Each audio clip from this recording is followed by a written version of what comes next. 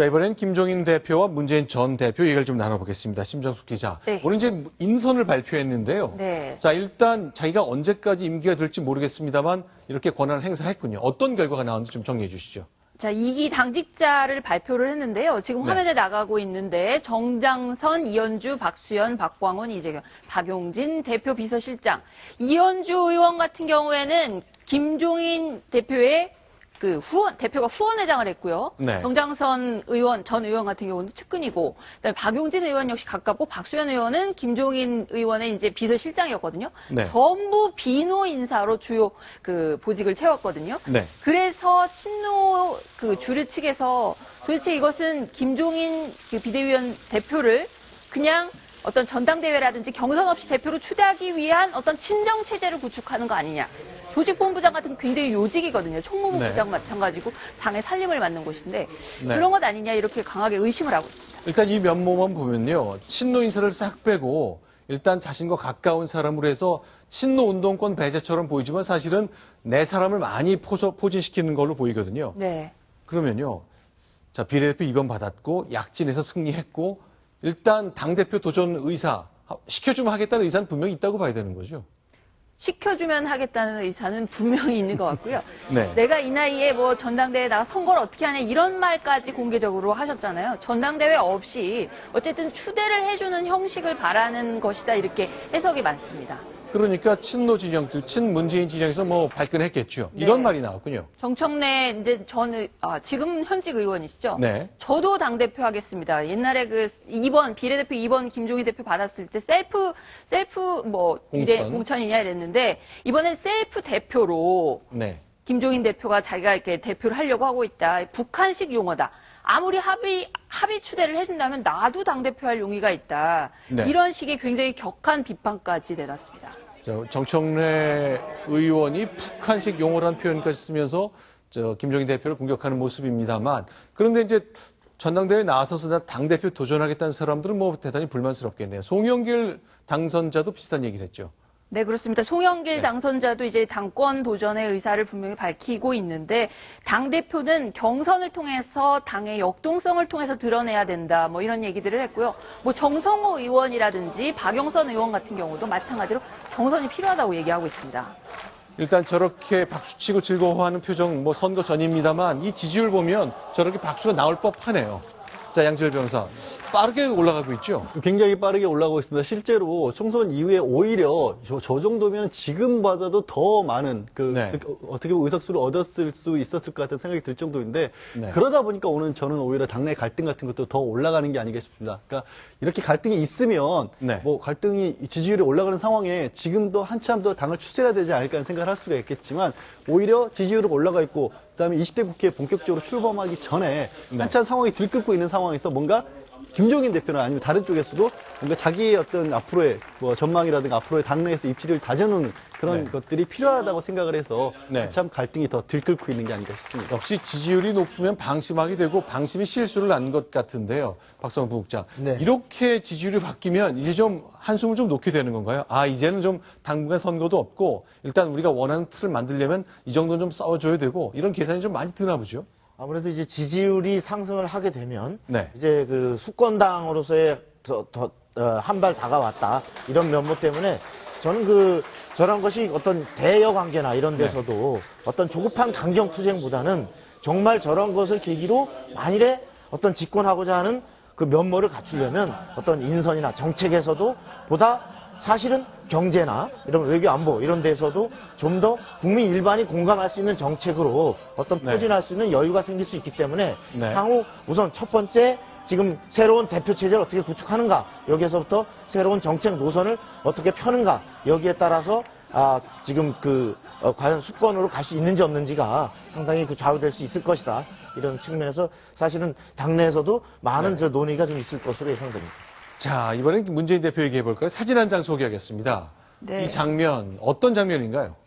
양산에 주말 동안 계시던 문재인 전 대표가 오늘 갑자기 하이도를 갔습니다. 전남 신안에 있는 김대중 전 대통령의 생가를 그의 삼남인 홍걸, 김홍걸 씨를 함께 동행을 해서 지금 방문해서 앉아 있는 모습인데요. 오늘 네. 일정이 뭐 사적인 원래 약속이었다. 총선 때 계속 그 호남 유세할 때 김홍걸 위원장이 같이 동행을 했잖아요. 그래서 그때 했던 사적인 약속이기 때문에 지금 화면에 나오는 것처럼 그냥 이 호남 앞으로의 어떤 국정이라든지 이런 것들을 도모하기 위해서 홍걸 씨하고 이야기를 나누기 위해서 갔다. 이런 설명을 했는데 네. 뭐 지금 28석 중에 이제 3석밖에 차지를 못했기 때문에 더민주에서 그리고 호남 민심이 나를 지지하지 않으면 뭐 불출마하겠다, 대선 불출마하겠다 이런 이야기까지 해놓은 상태이기 때문에 저런 행보를 두고 참 여러 지금 정치권에서는 해석이 분분합니다. 자, 일단 오늘 이제 하의도에 갔고 목포에서 1박을 한 후에 이제 올라오는 일정인데 다시 한번 총선 직후에 다시 호남 지역을 찾은 겁니다.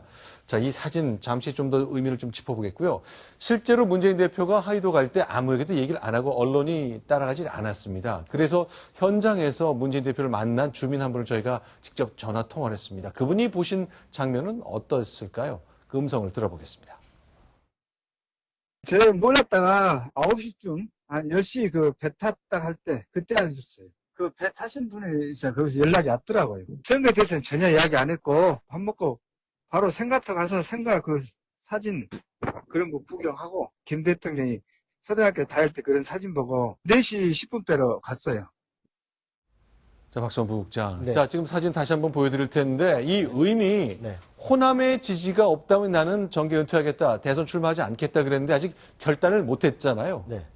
결단을 못한 게 아니라 이미 결단을 한 거죠. 한 걸로 보십니까? 퇴진하지 않기로. 네. 왜냐하면 자 호남에서는 내가 비록 28석 중에 3석밖에 안 되지만 네. 수도권에서 대승을 거뒀다. 그다음에 심지어 제1당을 만들었다. 네. 그리고 영남에서 9석이나 얻었다.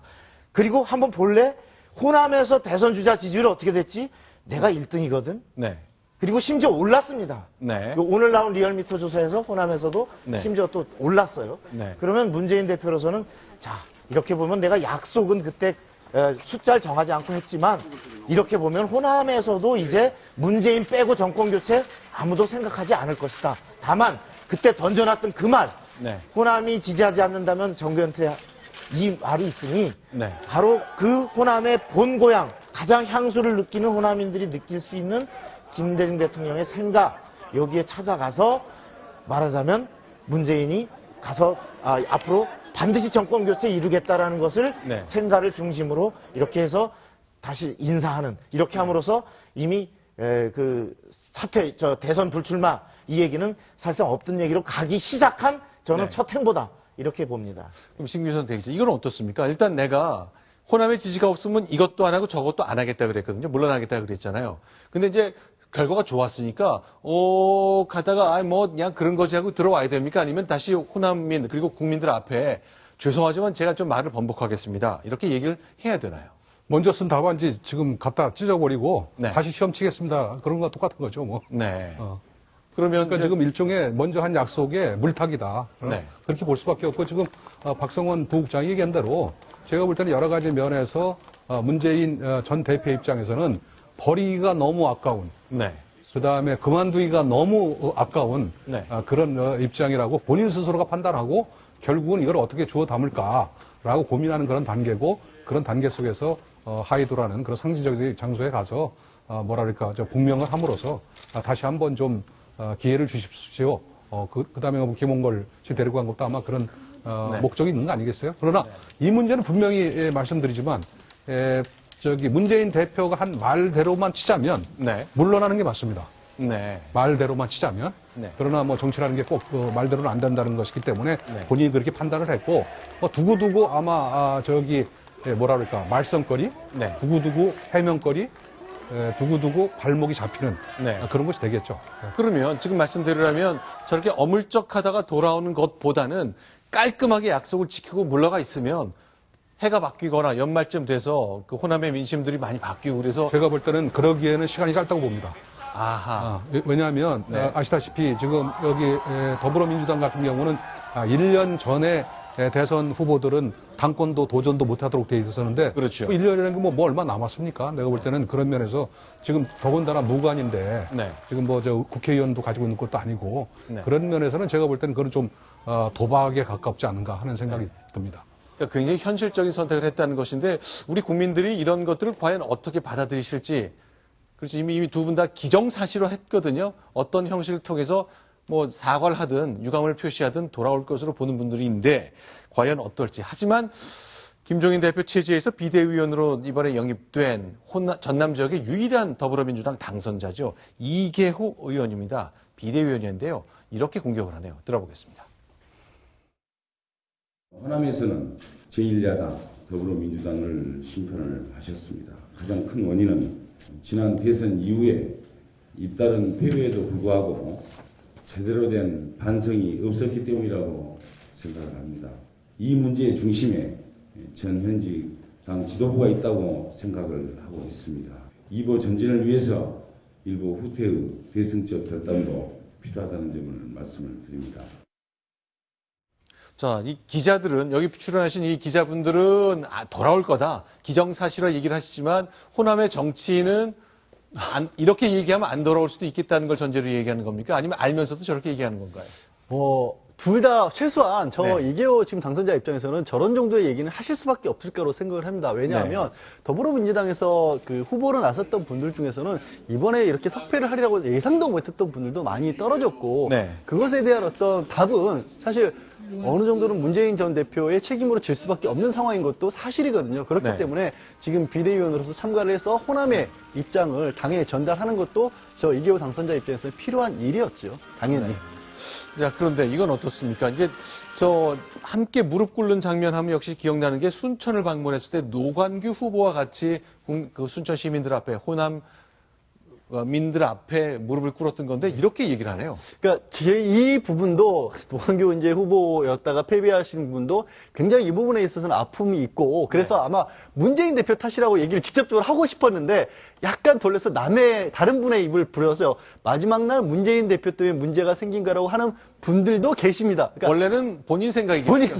근데 그건 모르겠습니다. 하여튼 그래서 그 뒷받침이 여수 광양 오셨는데 어떻게 순천만 네. 오지 말라고 하겠느냐. 그런 말 하기 어려웠다. 이것도 제 운명입니다만을 글을 올렸다가 지우셨다고 합니다. 이 글을. 자, 지금 같이 저를 올리는 노관규 후보가 쓴 글인데요.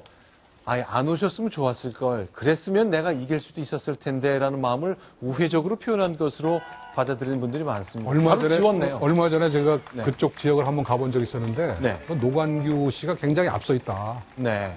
아마 이정희 의원이가 아무리 잘해도 좀 힘들지 않겠느냐라는 얘기가 많았었어요, 사실은. 네. 근데 그것이 꼭 문재인 대표가, 전 대표가 가서 그런지 어떤지 모르지만 노관규 후보 입장에서는 굉장히 아까운 것 같습니다, 지금. 네. 그렇죠. 빗소리가 거셉니다.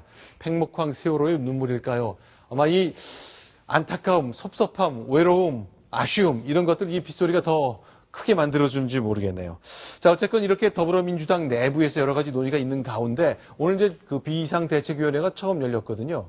그곳의 회의에 이제 김부겸 당선자가 나왔네요. 그 모습 좀 보겠습니다.